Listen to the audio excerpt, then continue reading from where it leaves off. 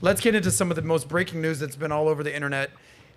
If you're not familiar with Steven Crowder, let's show an image of him. You've seen this picture, I'm sure, a million times on the internet. He is the change my mind guy. Scroll in on that a little bit, Angel, if you can. He goes to college campuses. He goes to public forums. He's out there basically saying, there's only two genders. Change my mind. Or Donald Trump is the best president ever. Change my mind. Or whatever the topic is, change my mind. And he has real, live, actual debates with real people. Whether you agree with him or disagree with him, you know, it's kind of like Teddy Roosevelt's thing, the man in the arena. Homie is in the freaking arena. He was on the PBD podcast. Yeah, how long ago was that, Eric? 2, 3 I don't know, maybe a few weeks ago, not even less than a month ago. Yeah. And he had some breaking news. He came in, he had some major drama that was going on with Ben Shapiro and the Daily Wire guys. It was all over the internet. He came in and broke some new news on the PBD podcast that he was basically signing with Rumble and everything that he was doing with that. But I learned a little bit about Steven Crowder. And he's a funny guy, he's a comedian, super successful. But what I found out, or at least what he allowed us to know, is that he is super conservative, Christian, been married since he's like 21 years old. He married the first woman that he had sex with. Okay, so he was a virgin. And I'm thinking, and if you know anything about me, I'm like, that's the exact opposite lifestyle that I'm shooting for these days. Like, I've been around the block, back and forth, left and right. Definitely didn't marry the first girl I had sex with 1,000 years ago. So it's not exactly my thing, but I was fascinated by his story. But it turns out that, lo and behold, he's been going through a divorce since 2021. So for 2 years, he's been keeping this secret under wraps until literally yesterday, where he broke the news of exactly what's been happening in his life. And I believe we have a video of that, and we'll have this discussion on the other side. See if you can punch in and volume. There you boy. In living with a proverbial boot Jorge. on my neck for going on years now. Since 2021, I've been living through what has increasingly been a horrendous divorce. Now, let me say on the outset, to be clear, there is no infidelity, any kind of physical abuse at all on either side. And no, this was not my choice. My then wife decided that she didn't want to be married anymore. And in the state of Texas, that is completely permitted.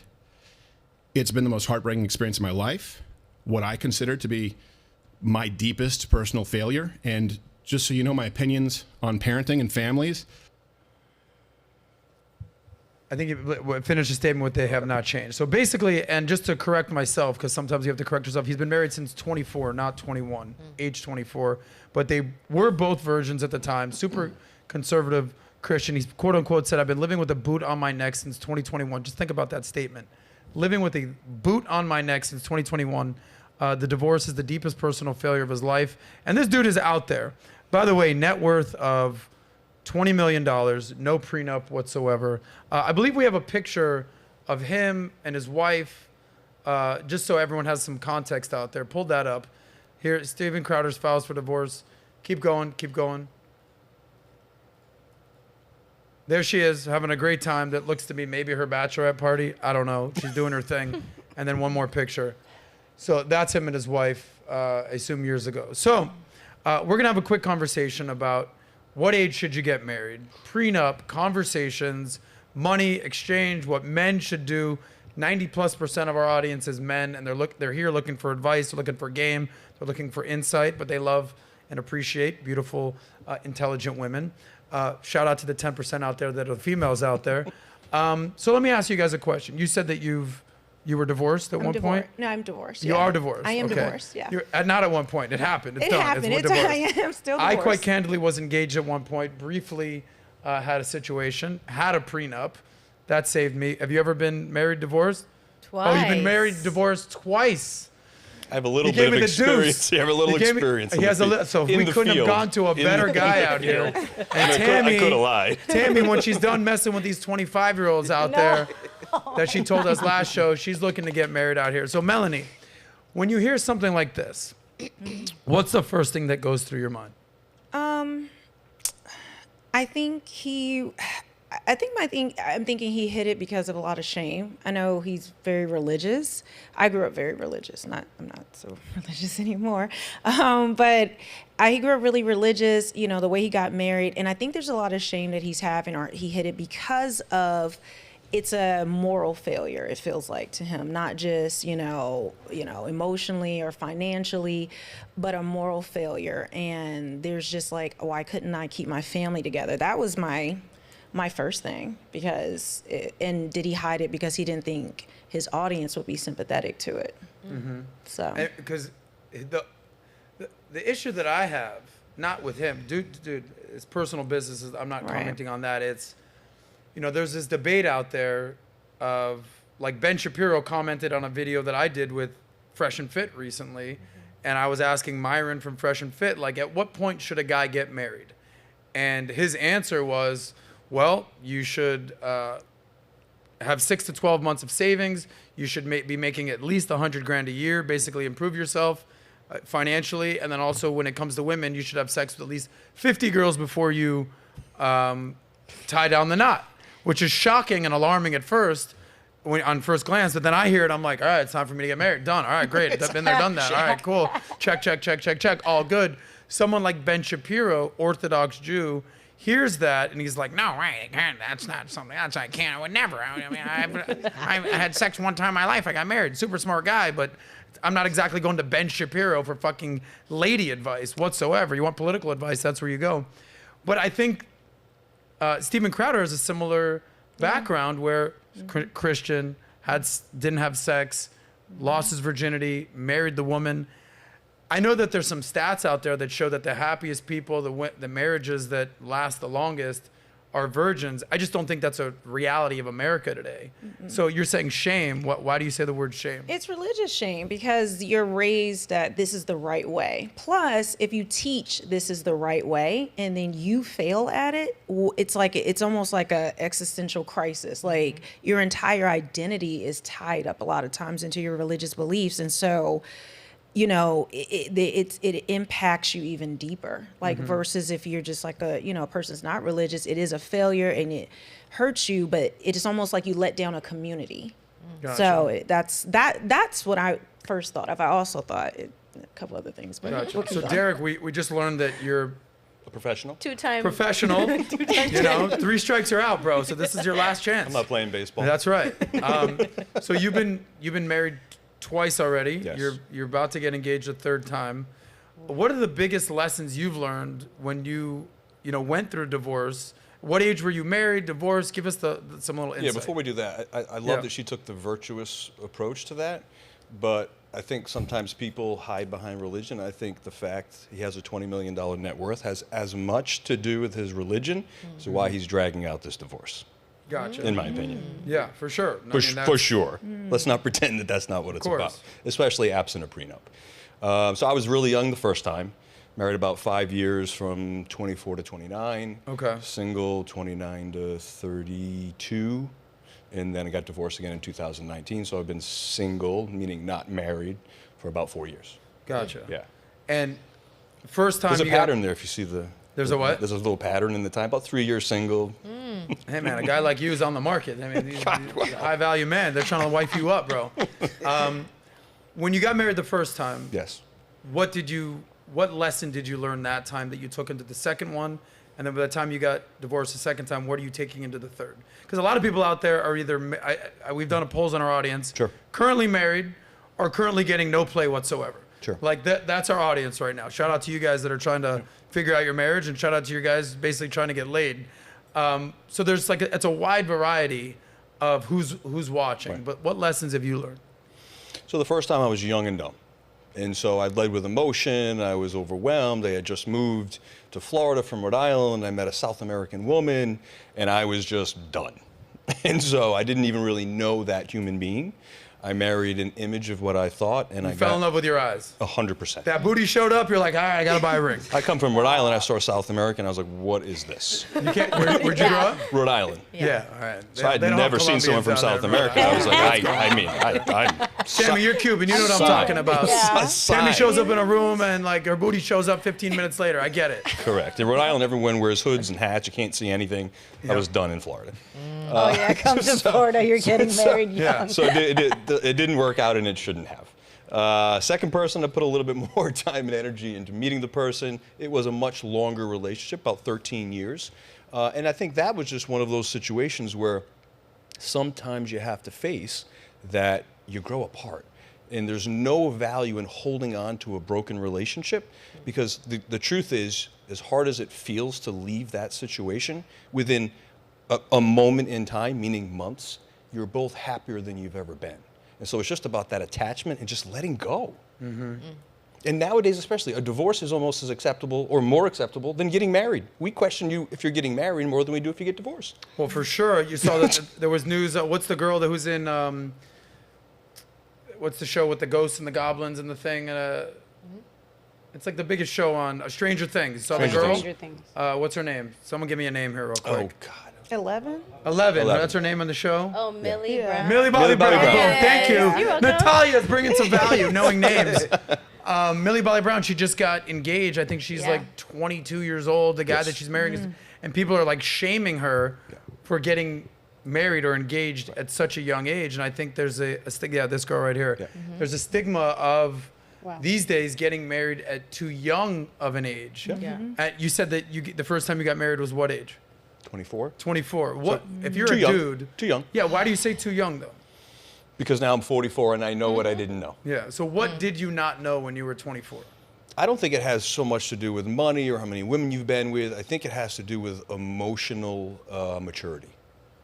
At 24, I mean, especially men, listen, compliment, like women are so much more advanced than us, Yes. especially early on. At 44, I'm just starting to figure out like who I am and what is really meaningful to me. At 24, man, I just led with, I led with my head, but it wasn't this head, right? Yes. And so I just went for what was really, I was a largemouth bass. It was shiny and I chased it.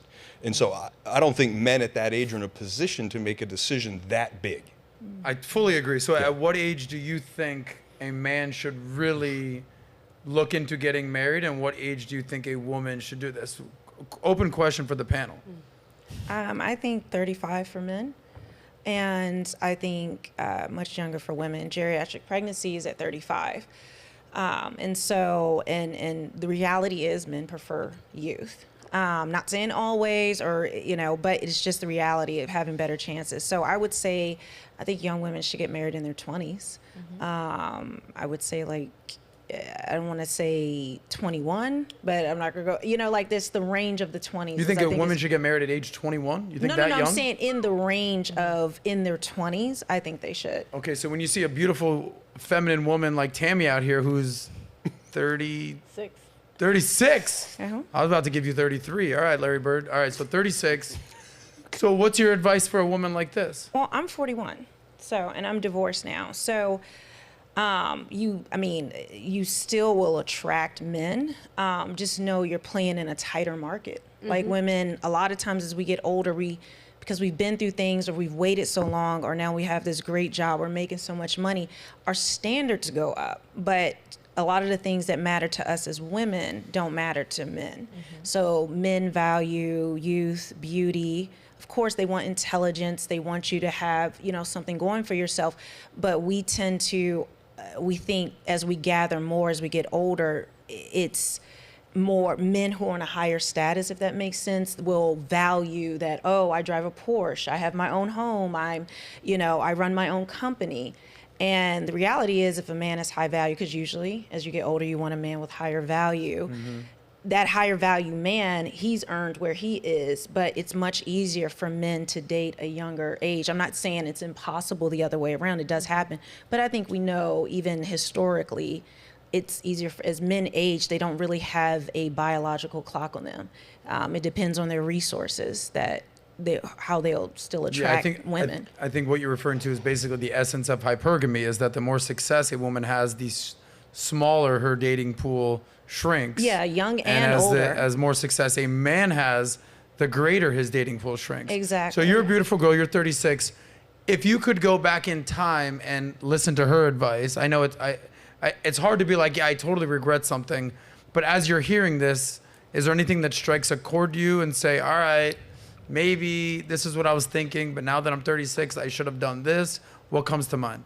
Well, because I feel like I lived in such a cosmopolitan, fast-paced lifestyle the past few years. I could have gotten married in my 20s, but I'll tell you what, I know I would have been a single mom right now with a kid and not keeping up to the standards of what my family has been to, which I've always been very stuck on. My family's still married.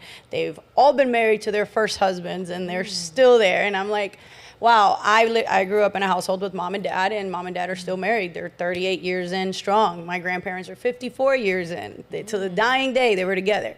So also being Cuban and culturally, I've always wasn't into my own culture. So as you get older and you start realizing it all plays a big part in how much you last, religion, everything you think about, everything plays a big part that you do not think about in your 20s.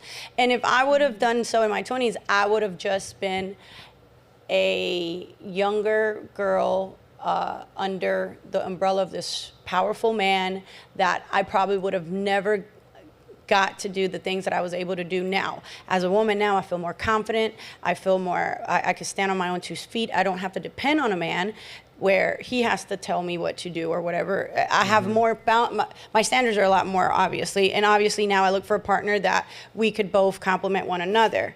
Like nowadays it's really, if I wanted to, I could really settle down. Like, but I feel like I know it's gonna come at the right time. And when you know, you know. At this point, there's no denying that once I find the right person, I'm gonna know within the first year I'll probably already be pregnant or married. Who knows? Like, I just feel like it's gonna just happen because once you, at this point, I just feel so confident that I know what I want, I know what's right for me, and I know what's gonna work. I think you bring up a really good point that you basically said if you got married at a young age, you would have had some successful guy, you would have been under his thumb, you wouldn't have had your own volition, you wouldn't have been able to make your own choices, you would have sort of been a second-class citizen, for lack of a better term, under his thumb, under his watch. The flip side of it is a double-edged sword. Is now you're 36, you've had a career, you have money, but the challenge with that is it's now, you know, Melanie talked about a geriatric pregnancy start at age 35. You're 36.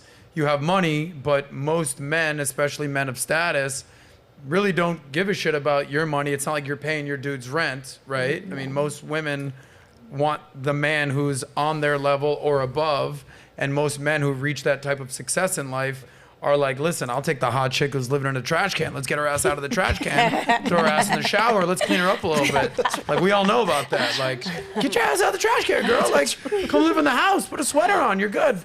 So, like, for a man, the more success he has, the more options, the wider the dating pool. So, listen, I'm very clear to men. Like, take your fucking time, Oh my God, make please. your money. Yes. You know, we've heard it from Derek. Like, he was just young, dumb, full of in his 20s. He married the wrong girl, whatever. And now look at him, he's 44, as established and successful he's ever been in his life. And now 3rd time's a charm almost. I guess my point to you is like, where's the middle ground for women? You might be able to weigh in on this. It's like, it's almost like the 3 Bears analogy. It's like, if you get married too young, next thing you know, you're gonna be Steven Crowder's wife. Next thing you know, you're 35 years old. You realize, holy shit, I got married when I was fucking 21 years old. I don't know shit. Or if you wait too long, it's like the porridge got a little too hot. No dude wants you. So where's the happy medium for women? So if you like that clip, click right here to watch another. Or if you want to watch the entire SOSCAST, click right here.